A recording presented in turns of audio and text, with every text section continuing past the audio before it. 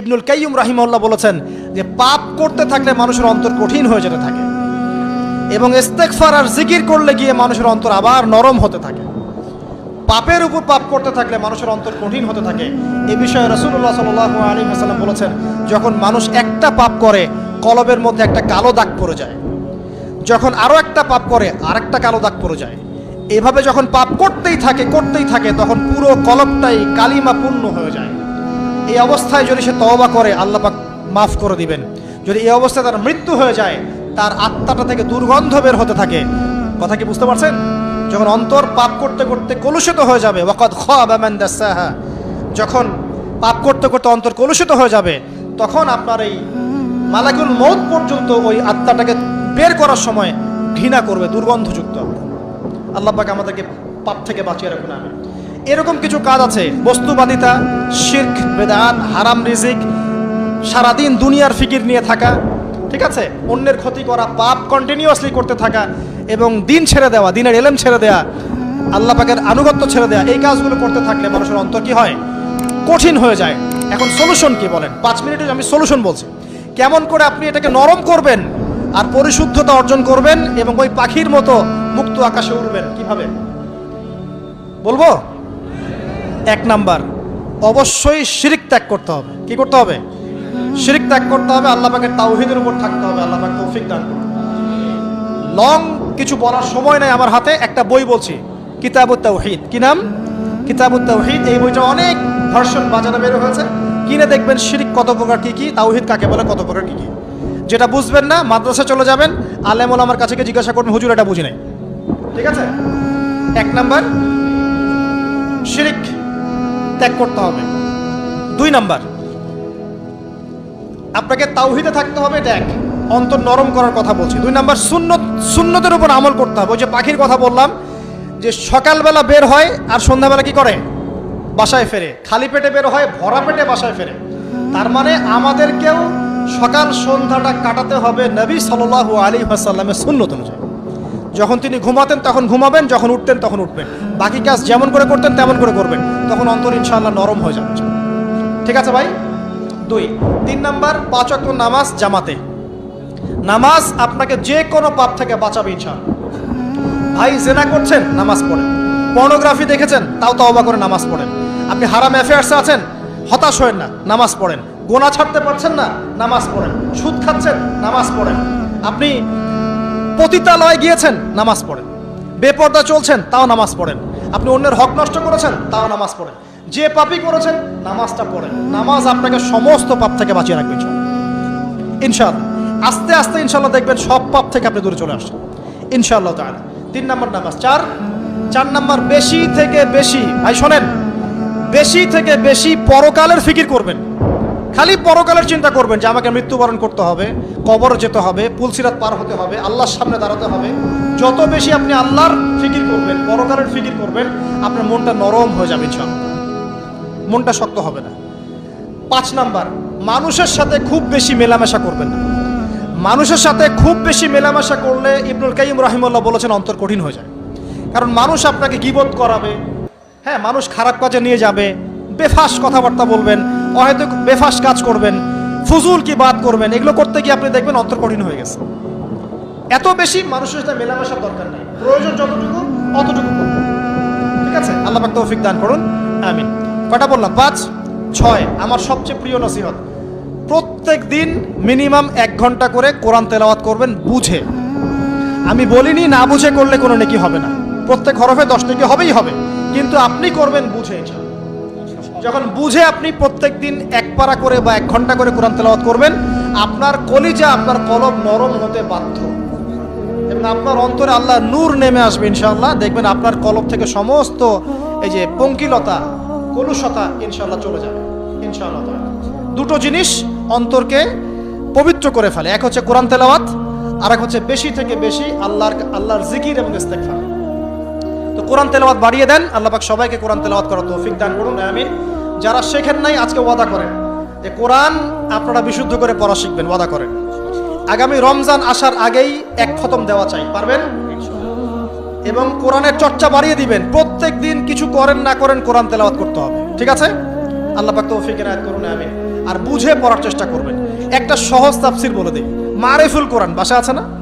মারিফুল কোরআন তাফসির ইবনে কাসির বাসায় নাই, জালালাইন বাসায় নাই, বাসায় নাই কিনেন, সারাদিন তো অনেক টাকা পয়সা খরচ করছেন, 3টা তাফসির কিনেন, জালালাইন কিনেন, মারিফুল কোরআন কিনেন, ইবনে কাসির কিনেন, বাসায় গিয়ে পড়া শুরু করুন। পারবেন না? যে আয়াতটা বুঝবেন না, ওলামায়ে কেরামের কাছে যাবেন, গিয়ে বলবেন হুজুর এটা বুঝি নাই, বুঝাই দেন। নিজে নিজে ব্যাখ্যা করতে যাবেন না। ব্যাখ্যা করলে দেখবেন একটা পণ্ডিত বেরোছে, কিছু পণ্ডিত কোরআন পড়ে বলে কোরআনই মানি হাদিস মানি না, এরকম পণ্ডিত দেখেন নাই? কোরআনই মানি হাদিস আর মানি না, কারণ আল্লাহ নাকি নাউজুবিল্লাহ কোরআনে নাকি আল্লাহ পাক হাদিস মানতে বলে নাই, ও নাকি পায় নাই। এই জন্য দেখলাম সুবহানাল্লাহ নামাজ পড়তেছে, কোরআন থেকে নামাজ পড়তেছে, হাদিসের কোনো হেদায়েত নিবে না। মানে কিরকম যে হাত আবার ঠিকই বাঁধতেছে, হাত বাঁধতেছে, রুকু করতেছে, সেজদা করতেছে, এগুলো আবার কোথায় পাইলো আল্লাহ ভালো জানেন। হাত এভাবে বাঁধতেছে, এভাবে হাতটা বাঁধা কোরআনে কোথায় আছে আমি পাইলাম না কোথাও। ঠিক আছে, হাদিস ছাড়া কি এগুলো আসবে? হাত বাঁধলো, সেজদায় গিয়ে সুবহান রাব্বিয়াল আ'লা বলছে না, বলছে আসলামতু লিরাব্বিল আলামিন। এটা কোরআন থেকে বলছে। অথচ নবী সাল্লাল্লাহু আলাইহি ওয়াসাল্লাম হাদিস থেকে বলছেন সুবহান রাব্বিয়াল আ'লা সুবহুন কুদ্দুসুন রব্বুল মালাইকাতি ওয়ার রূহ সুবহানাকা আল্লাহুম্মা রাব্বানা ওয়া বিহামদিকা আল্লাহুম্মা ইগফির। এগুলো নাই, ও বলছে আসলামতু লিরাব্বিল আলামিন, মানে কোরআন মানি হাদিস মানি না। এত বেশি পণ্ডিত হওয়ার দরকার নাই, এরা হচ্ছে ইচরা পাকা টাইপের পণ্ডিত। ওমর রাদিয়াল্লাহু আনহুর যুগে বেঁচে থাকলে এদেরকে পিটাই সোজা করে ফেলাইতে হবে। ফাইজলামি শুরু করছে, কোরআন মানি হাদিস মানি না। আল্লাহ পাক কোরআনে বলছেন ওয়ামা আতাকুমুর রাসূলু ফাখুযু, রাসূল যা দিয়েছেন তা গ্রহণ করো, ওয়ামা নাহাকুম আনহু ফানতাহু, রাসূল যা নিষেধ করছেন দূরে থাকো। রাসূল যা দেন সেটা হাদিস না, রাসূল যা দেন সেটা সুন্নাহ না, সুন্নাহ তো সে মানেই না, আলটিমেটলি সে কোরআনই মানে না। তো আসল কথা হচ্ছে এইসব ফিতনা থেকে বেঁচে থাকবেন, কোরআন তেলাওয়াত বাড়িয়ে দেন। কয়টা বলছি? 5টা 6টা। 7 নাম্বার, বেশি থেকে বেশি ইস্তেগফার সারাদিন পড়বেন। আস্তাগফিরুল্লাহ ওয়া আতুবু ইলাইহি, আস্তাগফিরুল্লাহ ওয়া আতুবু ইলাইহি, আস্তাগফিরুল্লাহাল্লাযী লা ইলাহা ইল্লা হুয়াল হাইয়ুল কাইয়ুম ওয়া আতুবু ইলাইহি। প্রত্যেকদিন পড়তে থাকবে 100 বার করে। কতবার করে? 100 বার। 8 নাম্বার, বেশি বেশি আল্লাহর জিকির, চলতে ফিরতে জিকির, সুবহানাল্লাহ, আলহামদুলিল্লাহ, লা ইলাহা ইল্লাল্লাহ, ওয়াল্লাহু আকবার, লা হাওলা ওয়ালা কুওয়াতা ইল্লা বিল্লাহ। বলবেন হাসবুনাল্লাহু ওয়া নি'মাল ওয়াকিল। ঠিক আছে, সুবহানাকা আল্লাহুম্মা রাব্বানা ওয়া বিহামদিকা আল্লাহুম্মা ইগফিরলি, সুবহানাল্লাহি ওয়া বিহামদিহি আদাদা খালকিহি ওয়া রিদা নাফসিহি ওয়া জিনাতা আরশিহি ওয়া মিদাদা কালিমাতিহি। যত জিকির আছে সব করবেন, জিকির বাড়াবেন। যত জিকির বাড়াবেন অন্তর পরিশুদ্ধ হবে ইনশাআল্লাহু আযজা ওয়া জাল। কয়টা বলছে? 8। আর 2টা বলি। 9, অন্যের হক নষ্ট করবেন না। অন্যের হক নষ্ট করলেই মন কঠিন হয়ে যাবে। অন্যের হক নষ্ট করবেন না, বরং মানবতার কল্যাণে কাজ করেন। যে কাজগুলো মানব সেবামূলক সেগুলো করেন। রক্তদান কর্মসূচি করেন, গাছ লাগান, এতিমের মাথায় হাত বোলান, বিধবার খোঁজ খবর নেন। ঠিক আছে, মেয়েদের সেলাই মেশিন কিনে দেন, মানুষের উপকারে কাজ করেন, দেখবেন আপনার মনটা নরম হয়ে যাবে। যার মন নরম এবং যার মনের মধ্যে সততা আছে, আল্লাহ পাক ইনশাআল্লাহ সেখানে অবশ্যই হেদায়েত ঢালবে ইনশাআল্লাহ তাআলা। আর 10 নাম্বার সবচেয়ে শেষ হচ্ছে যে কবর জিয়ারত করবেন বেশি বেশি করে, এবং নিজের মৌতের কথা স্মরণ করে আল্লাহর কাছে বেশি বেশি দোয়া করবেন। কি দোয়া করবেন?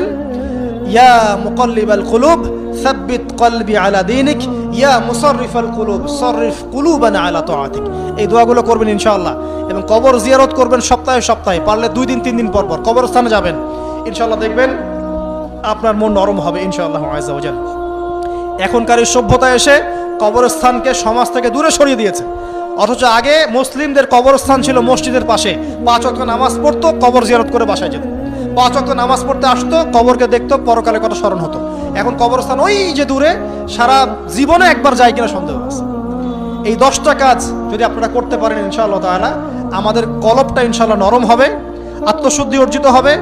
আর এগুলোর পাশাপাশি অবশ্যই আল্লাহওয়ালা আত্মশুদ্ধিওয়ালা মানুষের সোহবতে গিয়ে থাকবেন। আল্লাহওয়ালা আত্মশুদ্ধিওয়ালা মানুষের সোহবতে গিয়ে থাকলে তাদেরকে দেখেই দেখবেন মনটা নরম হয়ে যাবে ইনশাআল্লাহ।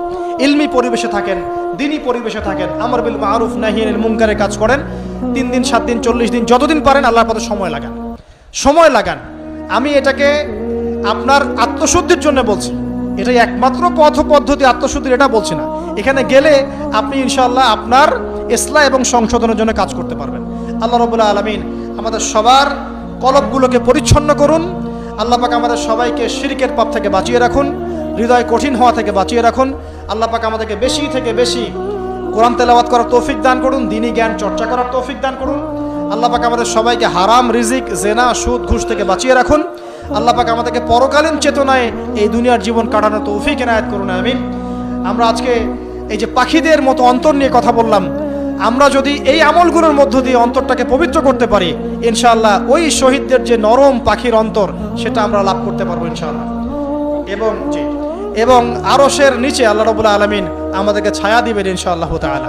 আল্লাহ পাক আমাদের সবাইকে পাখি থেকে শিক্ষা নেওয়ার তৌফিক দান করুন, পাখির মতো মুক্ত আকাশে ডানা মেলার তৌফিক আল্লাহ পাক দান করুন, আমিন।